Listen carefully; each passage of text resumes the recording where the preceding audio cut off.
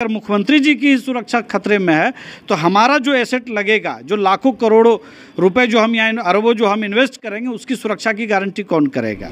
आप उसको आंदोलन करने से अगर आप रोकना चाहते हैं तो जिस आंदोलन से आप निकले हैं, साथ में उस आंदोलन के लाखों लोगों को आप आज भी पेंशन देते हैं, ये उन सभी लोगों का अपमान है। जब से ये महागठबंधन की सरकार बनी है तब से आम पब्लिक सिक्योरिटी को लेकर के चिंतित है। अभी एक तरह से बिहार के अंदर लॉ एंड ऑर्डर बिल्कुल कोलैप्स कर गया है। बिहार के मुख्यमंत्री नीतीश कुमार के साथ लव और कुश की जोड़ी के रूप में राजनीति में काम करने वाले उपेंद्र कुशवाहा ने जब से अपनी नई पार्टी बनाई है, उस वक्त से यह कयास लगाया जा रहा है कि उपेंद्र कुशवाहा बीजेपी का दामन थामेंगे। हालांकि उपेंद्र कुशवाहा की ओर से इस मुद्दे पर किसी भी तरह की कोई बयानबाजी नहीं की गई है, लेकिन जिस तरह केंद्र सरकार के द्वारा उपेंद्र कुशवाहा की सिक्योरिटी को बढ़ाया जा रहा है, एक बार फिर से यह कयास और तेज हो चुका है। हमारे साथ ही अभी उपेंद्र कुशवाहा की पार्टी के प्रदेश प्रवक्ता, क्या लग रहा है जिस तरह से केंद्र सरकार सिक्योरिटी को लेकर कुछ खासा ही मेहरबान हो रही है उपेंद्र कुशवाहा पर, क्या बीजेपी का दामन थामेंगे? बीजेपी के साथ जाएंगे या नहीं जाएंगे, ये तो हमारी पार्टी के जो नेता हैं, राष्ट्रीय अध्यक्ष उपेंद्र कुशवाहा जी, हम लोगों ने राजगीर में जो सम्मेलन हुआ था, अभी हम लोगों का प्रशिक्षण कार्यक्रम, उसमें भी ये बात हो गई थी कि ये उनको फैसला करना है।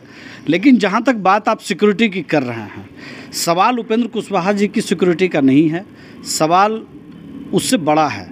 बड़ा सवाल ये है कि पिछले 1 साल में नीतीश कुमार जी की सिक्योरिटी में कम से कम 4 बार ब्रीच हो चुका है। कभी कोई आकर के धक्का दे देता है, कभी बीच से गाड़ी निकल जाती है। आप परसों भी आपने देखा होगा कि मुख्यमंत्री नीतीश कुमार जी का कारकेड के बीच में कोई गाड़ी आ गई। पिछले दिनों आपने बख्तियारपुर में देखा होगा कि उनको जा कर के एक लड़का जो है धक्का दे दिया।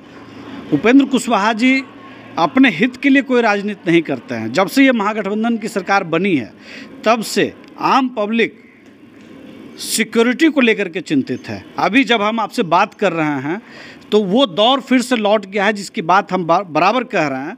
अभी आपको पता है कि मिलर हाई स्कूल से एक लड़का का अपहरण हो गया है, स्कूल के गेट पर से अपहरण हुआ है। अभी तक उसकी कोई जानकारी नहीं है, 2-3 घंटे गुजर गए हैं। इसी तरह की जब आप पिछले दिनों देखे होंगे कि फतुहा में गोली चली, जिस तरह से घंटों गोलियां चलती रही। पुलिस अधिकारी, बालू में जो अधिकारी खनन में जाते हैं, वो सब डरे हुए हैं।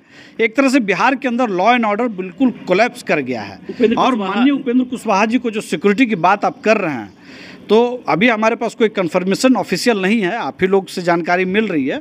लेकिन ये रूटीन काम है। सेंट्रल एजेंसियां जो इंटेलिजेंस एजेंसियां होती हैं, वो बीच बीच में समीक्षा करती रहती हैं कि किस नेता को क्या थ्रेट है, उसके हिसाब से वो करते हैं। लेकिन हमारे नेता उपेंद्र कुशवाहा जी अपनी जान का परवाह किए बगैर 24 घंटे जनता के बीच रहते हैं, जनता के सवालों के साथ रहते हैं और सिद्धांतों की राजनीति करते हैं। देखिए, जब से ये महागठबंधन की सरकार बनी है, पुलिस का मोरल डाउन है। आपने जब ये जो अभी हमारे डीजीपी हैं, जब ये आए थे तो बहुत हाई प्रोफाइल तरीके की बातचीत हुई थी साबुद्दीन को लेकर के, साबुद्दीन जी को लेकर के, और भी बहुत तरह की बातचीत हुई थी कि ये बहुत कड़क हैं और सब कुछ है। लेकिन क्या पिछले 2-3 महीने में इनके कार्यकाल को देख करके ये कहा जा सकता है? इन्होंने कहा था अपने अधिकारियों को समझाते हुए कि आपको क्रिमिनल के पीछे रहना है ताकि वो आपको न दौड़ाए, ताकि लॉ एंड ऑर्डर बिल्कुल सवालों के घेरे में नहीं आए। लेकिन बेगूसराय के अंदर जिस तरह से गोली कांड हुआ, वो रास्ते पे चल रहे हैं, गोलियां चल रही हैं, इस तरह की तमाम घटनाएं जो लॉ एंड ऑर्डर के जो सवाल हैं। और मुख्यमंत्री जी का सिक्योरिटी का चर्चा मैंने सिर्फ इसलिए किया, आदरणीय नेता हैं, मुख्यमंत्री हैं, पिछले 17-18 साल से बिहार के राजनीति के केंद्र में हैं, उनका सुरक्षित होना बेहद ज़रूरी है। बिहार की जनता के लिए बेहद ज़रूरी है। यहाँ जो इन्वेस्टमेंट आने वाला है उसके लिए ज़रूरी है। जो इन्वेस्टमेंट यहाँ आएगा उसके लिए क्या ये सवाल नहीं है कि अगर मुख्यमंत्री जी की सुरक्षा खतरे में है तो हमारा जो एसेट लगेगा, जो लाखों करोड़ों रुपए जो हम यहाँ अरबों जो हम इन्वेस्ट करेंगे, उसकी सुरक्षा की गारंटी कौन करेगा? क्या हम आंध्रा जब जाएंगे तो क्या हमारे सामने ये सवाल नहीं होगा कि जो एक डीएम की हत्या में जिसको सज़ा मिला उसको आप कोई न कोई बहाना करके छोड़ रहे हैं, और उसके साथ जो 24-25 और भी जो अपराधी थे उसको छोड़ने का काम कर रहे हैं। तो जो मोरल डाउन हुआ है पुलिस का, प्रशासन का, लोगों का, इस सवाल का जवाब कौन देगा? इसका जवाब तो नीतीश जी को ही देना होगा। आपकी पार्टी लगातार नीतीश कुमार की नीतियों का विरोध कर रही है, और जिस तरह बीते दिनों नीतीश कुमार की ओर से, सरकार की ओर से नोटिस जारी किया गया और नए शिक्षक नियमावली को लेकर जो विरोध कर रहे हैं उसके खिलाफ सख्त कार्रवाई की बात कही जा रही है, तो किस रूप में देखते हैं इस नोटिस को? ये बहुत ही दुर्भाग्यपूर्ण है।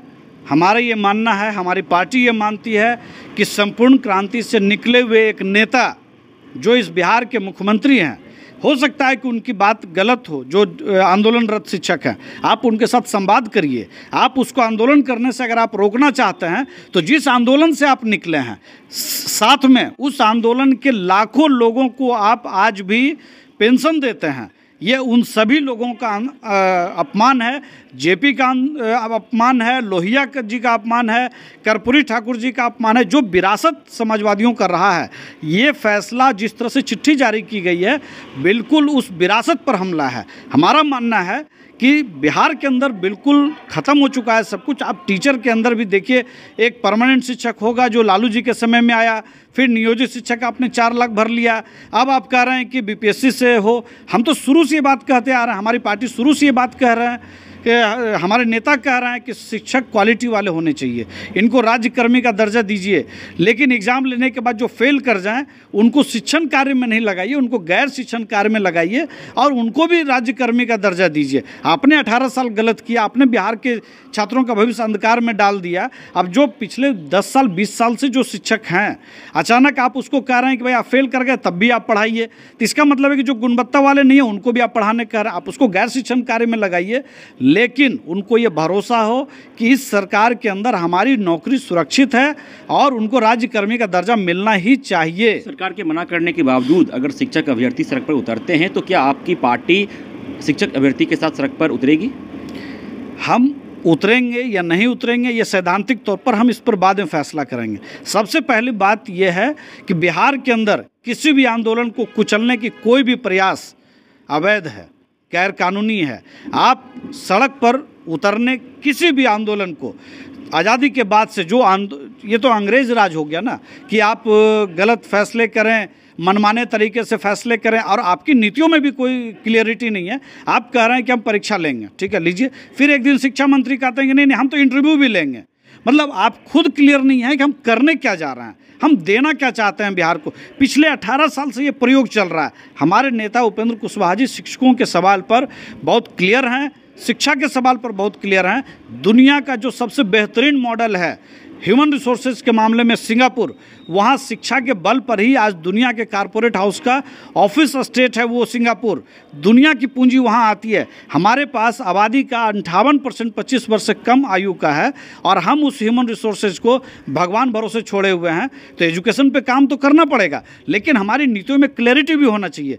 साथ में जो शिक्षक हों या कोई दूसरे कर्मचारी, मैं पिछले 1 साल के अंदर मैं देख रहा हूँ कि जब कभी भी कोई आंदोलन करने के लिए सड़क पर अपनी मांगों के लिए उतरता है, उस पर ये लाठी चार्ज करते हैं। क्या ये भूल जाते हैं कि ये किस दौर से निकल कर के आए हैं? क्या ये संपूर्ण क्रांति का अपमान नहीं है? अच्छा, बिहार की राजनीति अभी बागेश्वर बाबा को लेकर काफ़ी चर्चे में है। सत्ताधारी दल बागेश्वर बाबा के आगमन का विरोध कर रही थी। बहरहाल बागेश्वर बाबा आ चुके हैं, उनका कार्यक्रम भी हो रहा है, आज आखिरी दिन है। आपकी पार्टी क्या चरण रखती है उनके आगमन को लेकर? देखिए, इस देश में सभी को अधिकार है धार्मिक आस्था को लेकर के, उनका अपना एक स्वतंत्र है वो आइडिया है कि हम जिस धर्म को माने, जिस धर्म के प्रचार प्रसार में हम शामिल हों, ये बिल्कुल संविधान ने उनको ये अधिकार दिया है। अगर बाबा बागेश्वर जी अगर यहाँ पर जो शास्त्री जी हैं, अगर वो यहाँ आए, कोई कार्यक्रम करना चाहते थे तो करते, उसमें दिक्कत क्या थी? दिक्कत कहाँ से शुरू हुई? सबसे पहले तेज प्रताप जी, उसके बाद जगदानंद जी ने, शिक्षा मंत्री बिहार सरकार ने, ये इन तीनों ने बिहार के माहौल को ख़राब करने का काम किया और पैरेलल सरकार को चुनौती देने का काम किया कि हम एक पर्सनल डीएसएस बनाएंगे, हमारी सेना होगी, और एक नौटंकी आपने देखा होगा कि 20-25 लड़कों को लेकर के एक लाठी भांज रहे हैं और सब कुछ कर रहे हैं। इसको पॉलिटिकली रंग देने का काम आरजेडी ने किया, क्योंकि इनको लाखों लोगों को रोजगार देना था, लाखों लोगों को सिंचाई की व्यवस्था करनी थी। तमाम जो इन्होंने वादे किए थे 20 के चुनाव में, माननीय मुख्यमंत्री जी और माननीय उप मुख्यमंत्री तेजस्वी जी ने जो वादे किए थे उस पर कहीं ये कुछ कर नहीं पा रहे हैं। तो सिर्फ अब दो काम कर रहे हैं, एक विद्वेष पैदा करने का काम कर रहे हैं, दूसरा ये देश भर में घूम घूम करके हमको प्रधानमंत्री बना दो और इनको बना करके फिर हमको मुख्यमंत्री बना दो। बिहार का तमाशा बना दिया इन लोगों ने, कोई काम यहाँ पे नहीं हो रहा है। और सिर्फ बाबा भी कह रहे हैं कि हिंदुस्तान को हिंदू राष्ट्र बनाएंगे, यह कहाँ तक उचित है खुले मन से कहना? देखिए कि सभी लोग अपने अपने प्रवचन में बहुत तरह की बातें करते हैं, लेकिन मुझे लगता है कि बिहार या कोई भी देश एक सेकुलर तरीके से आगे बढ़ता है। सब लोग यहाँ पर आगे बढ़ें, बाग में हर तरह का फूल खिले, डाइवर्सिटी इस देश का नेचर है। तो मुझे नहीं लगता है कि इस पे बहुत हम टिप्पणी करें, और मुझे लगता है कि सभी धर्मों का सम्मान होना चाहिए, सभी लोगों का सम्मान होना चाहिए, लेकिन कहीं भी कानून व्यवस्था को तोड़ने का काम नहीं होना चाहिए। तो निश्चित तौर पर जहां एक और उपेंद्र कुशवाहा को जेड श्रेणी की सुरक्षा केंद्र सरकार के द्वारा मुहैया करवाई जा रही है, तो उनके प्रवक्ता का कहना है, उनकी पार्टी का कहना है कि बिहार की लॉ एंड ऑर्डर व्यवस्था काफ़ी लचर है। इसे देखते हुए अगर केंद्र सरकार कुछ फैसला लेती है तो वह लाजमी है, क्योंकि मुख्यमंत्री की सुरक्षा में चूक हो जाता है तो वहाँ पर ज़रूरी है कि इस तरह की सुरक्षा मुहैया करवाई जाए। वहीं बाबा बागेश्वर को लेकर जो बिहार की राजनीति काफ़ी चर्चे में है, तो साफ तौर पे उपेंद्र कुशवाहा की पार्टी का स्टैंड है कि किसी भी धर्मगुरु का आना उचित है, उनके आने पर किसी भी तरह की रोक नहीं होनी चाहिए। अगर कोई पार्टी उनके कार्यक्रम को राजनीतिक मोड़ देती है तो वह भी गलत है। तो अब देखना दिलचस्प रहता है कि उपेंद्र कुशवाहा की पार्टी आगे क्या स्टैंड रखती है और भाजपा में शामिल होती है या नहीं, क्योंकि यह कयास लगातार लगाया जा रहा है जब से उपेंद्र कुशवाहा ने जदयू का दामन छोड़ा है और अपनी एक नई पार्टी बनाई है। ये लो मुंह मीठा करो, आज मैंने अपना जॉब छोड़ दिया, अब हम पूर्णिया वापस जाएंगे। जॉब छोड़ दिया है?